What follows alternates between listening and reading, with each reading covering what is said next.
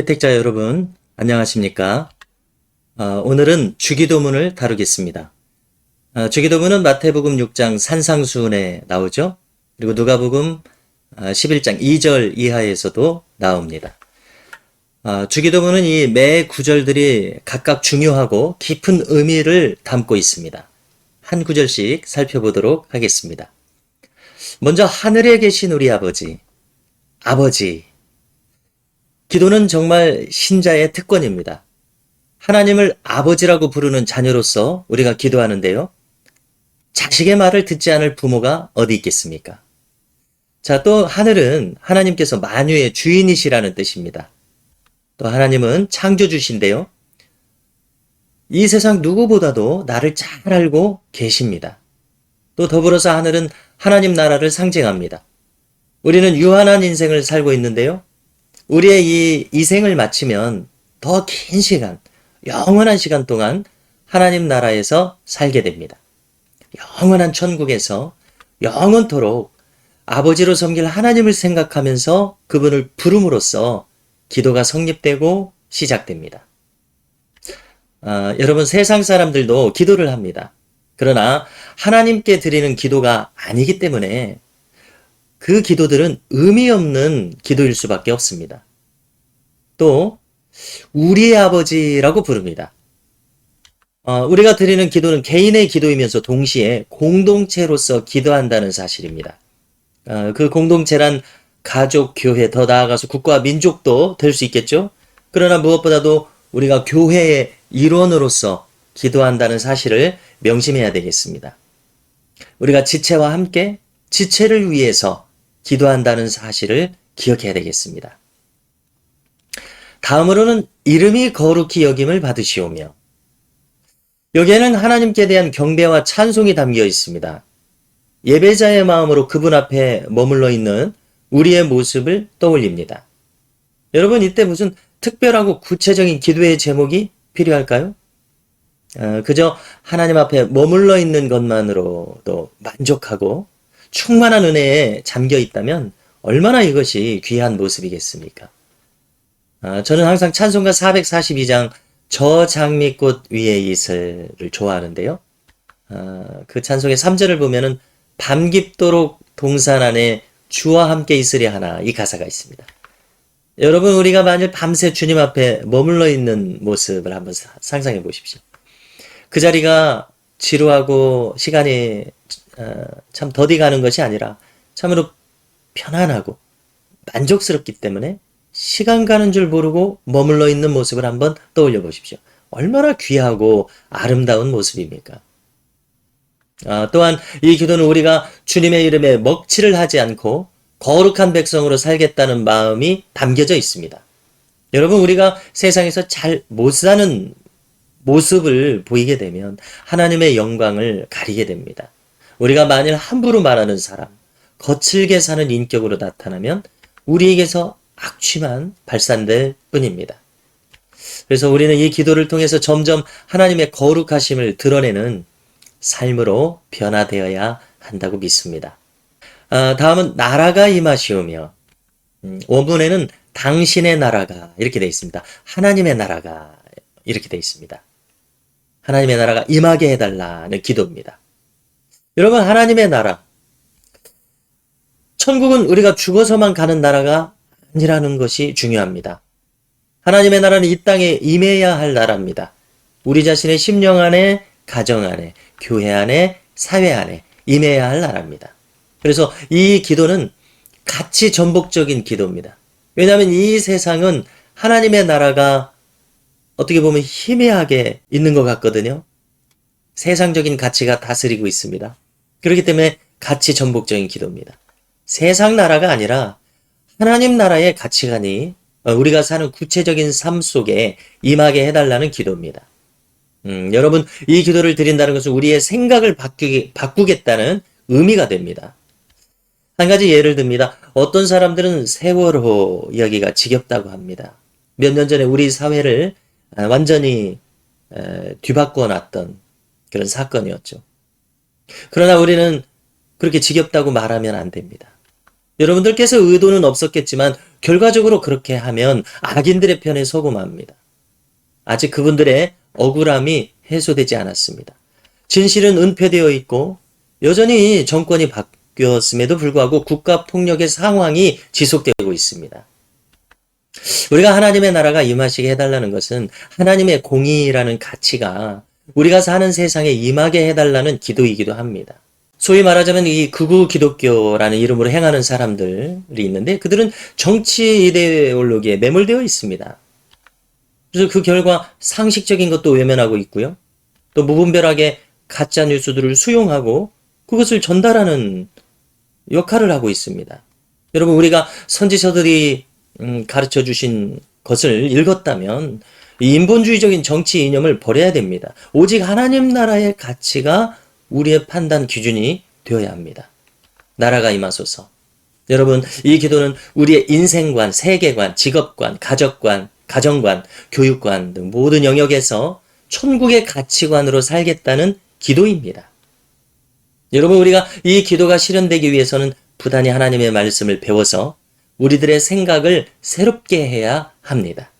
그리고 그것을 우리의 삶에 적용해야 합니다.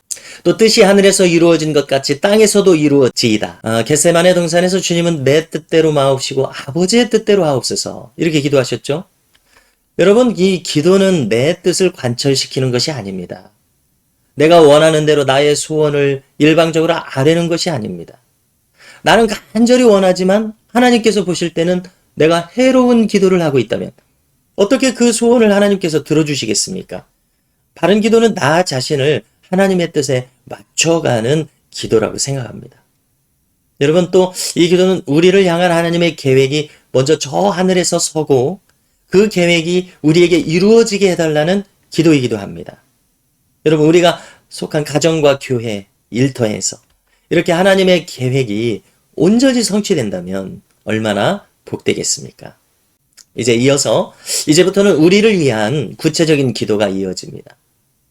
오늘 우리에게 일용할 양식을 주시옵고. 여러분, 이 일용할 양식이란 우리들 자신의 필요를 위한 기도를 말합니다. 우리의 생존을 위한 기도, 그것은 부끄러운 것이 결코 아닙니다.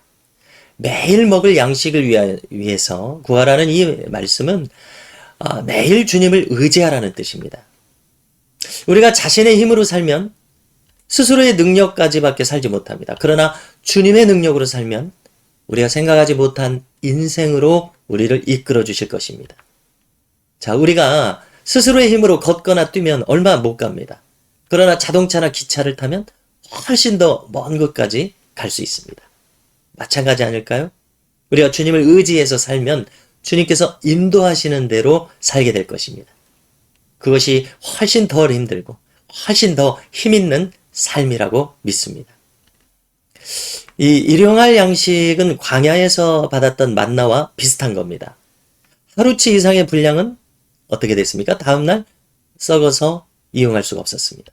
여러분, 우리는 여기서 중요한 영적 원리가 있는 것을 알게 됩니다. 일용할 양식 이외의 물질에 대한 교훈입니다. 여러분, 믿음의 사람들은 청직이라는 것을 잊어서는 안 됩니다. 위로부터 우리에게 허락해 주신 모든 자산들, 그것이 물질이든 지혜든 지식이든 명예든 이것은 우리에게 이 땅에 사는 동안 잠시 맡겨진 것들입니다.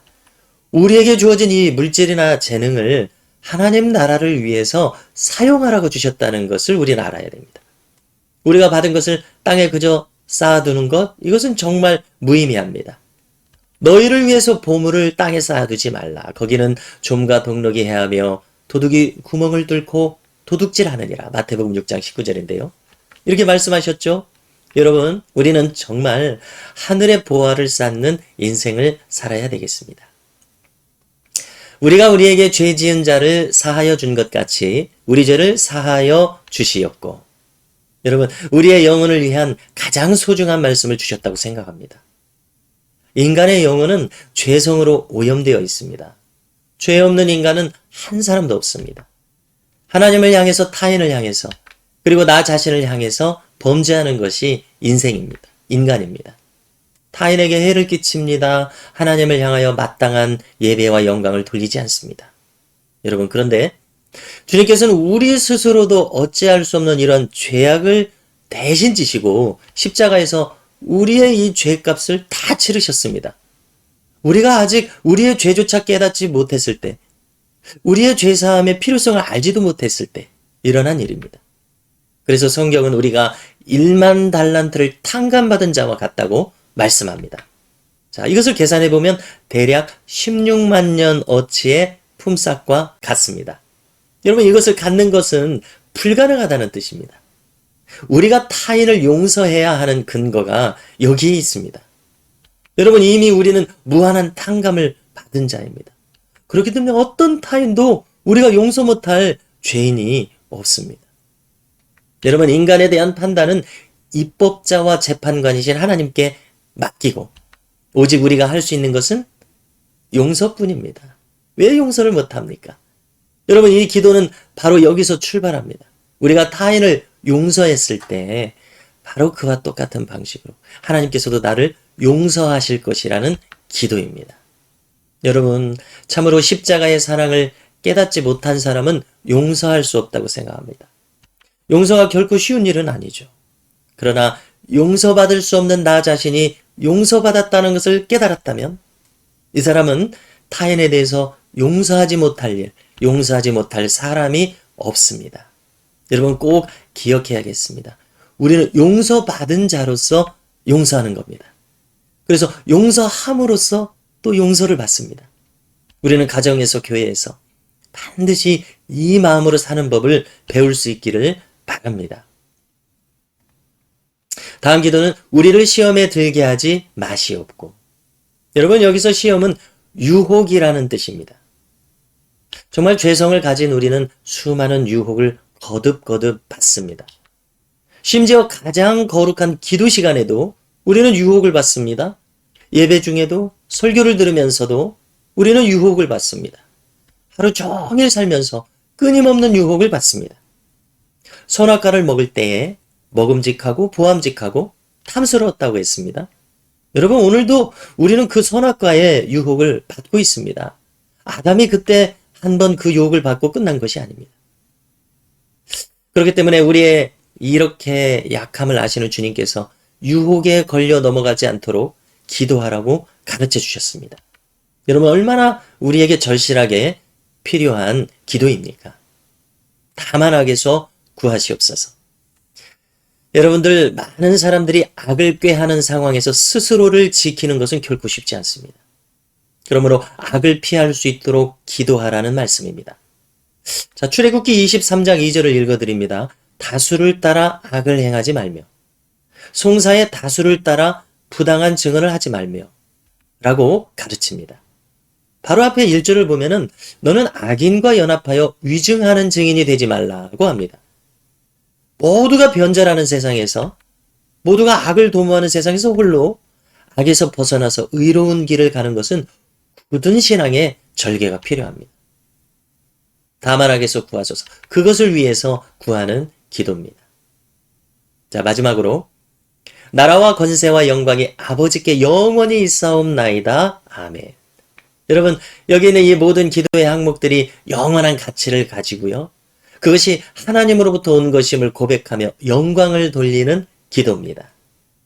우리는 잠깐 이 세상에 머물면서 세상의 길, 악의 길, 마귀의 길을 따라갈 것이 아니라 정말 하나님께서 기뻐하시고 인정하시는 길을 걷도록 힘써야 되겠습니다. 그렇게 하나님께 영광을 돌리게 해달라는 기도입니다. 비택자 여러분, 오늘은 우리가 주기도문을 살폈습니다. 누가복음에서 베드로는 주님께 기도를 가르쳐 주시라고 부탁드립니다. 그때 가르쳐 주신 기도가 바로 이 주기도문이라고 누가복음에는 묘사되어 있습니다.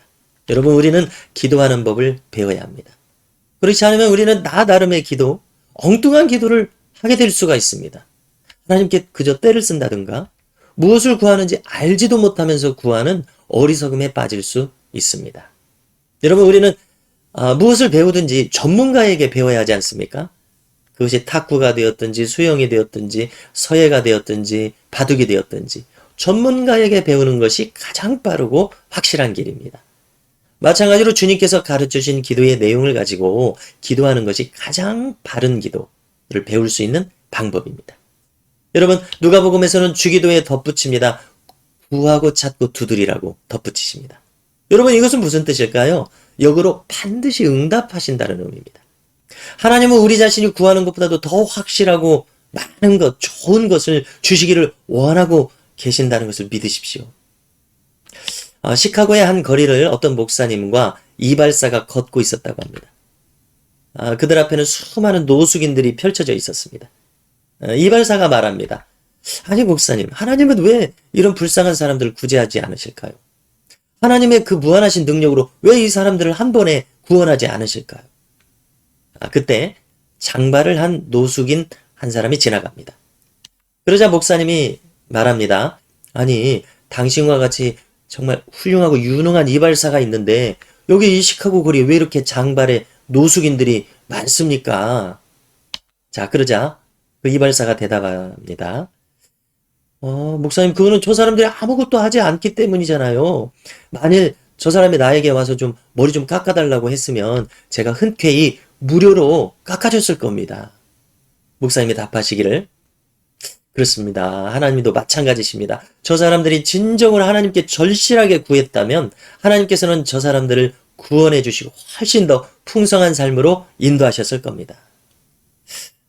피택자 여러분, 우리는 지금까지 너무 안일하게 기도하지 않았나 스스로를 돌아봤으면 좋겠습니다. 하나님께서는 우리가 더 간절히, 더 절실하게, 더 구체적으로 구하고 찾고 두드리기를 원하신다고 믿습니다. 우리에게 가장 좋은 것을 주시기를 기뻐하시는 하나님. 하나님께 이후로는 더욱 힘있는 기도의 사람들이 될 수 있기를 주님의 이름으로 축복합니다. 감사합니다.